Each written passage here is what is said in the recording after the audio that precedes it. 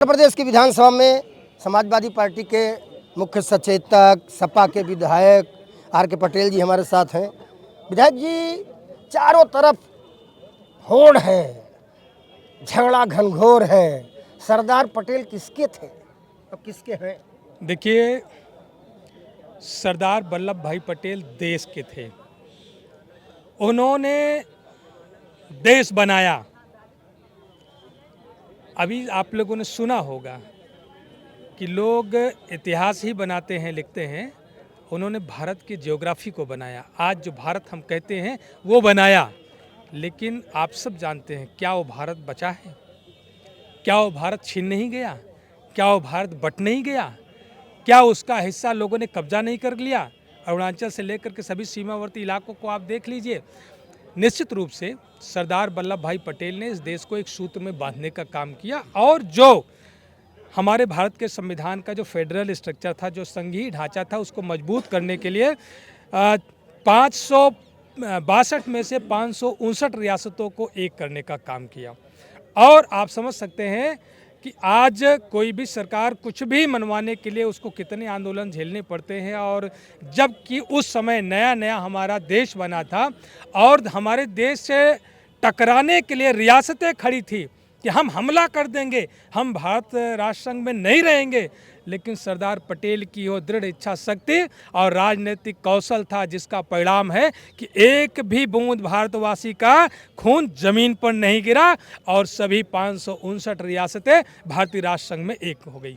हुई कि नहीं हुई? ये सरदार वल्लभ भाई पटेल ने बनाया था। सरदार वल्लभ भाई पटेल ने जो किसानों पर कर लगाने का काम जो लगान के रूप में अंग्रेजी हुकूमत ने किया था, पहला आंदोलन उन्होंने 1918 में खेड़ा का आंदोलन इसी बात के लिए किया था कि सूखा पड़ गया, इसके बावजूद किसानों से बड़ा कर लिया जा रहा था। सरदार वल्लभ भाई पटेल आगे आए, उन्होंने आंदोलन किया, ब्रिटिश हुकूमत को घुटने टेकने पड़े, उस कर को माफ़ करने का काम किया। 1928 में जब बारदोली के किसान आंदोलित हुए, बारदोली के किसानों की भी अगुवाई सरदार वल्लभ भाई पटेल जी ने किया और उस समय 22% टैक्स बढ़ा हुआ था, कर बढ़ा हुआ था।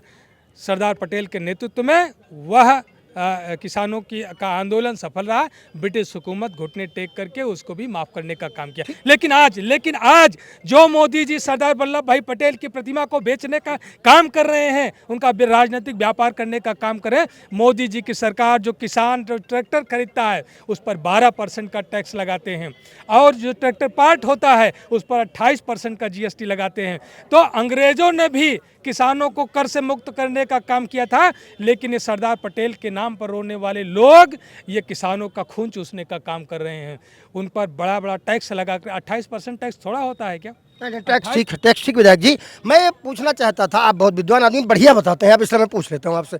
मैं ये पूछना चाहता था कि कांग्रेस में वो गृह मंत्री थे ही जब वो थे, भारतीय जनता पार्टी पूरे देश में रन फॉर यूनिटी के नाम से सरदार पटेल की जयंती मना रही है। आपने भी कार्यालय के अंदर उनका फोटो रख के जयंती मना ली।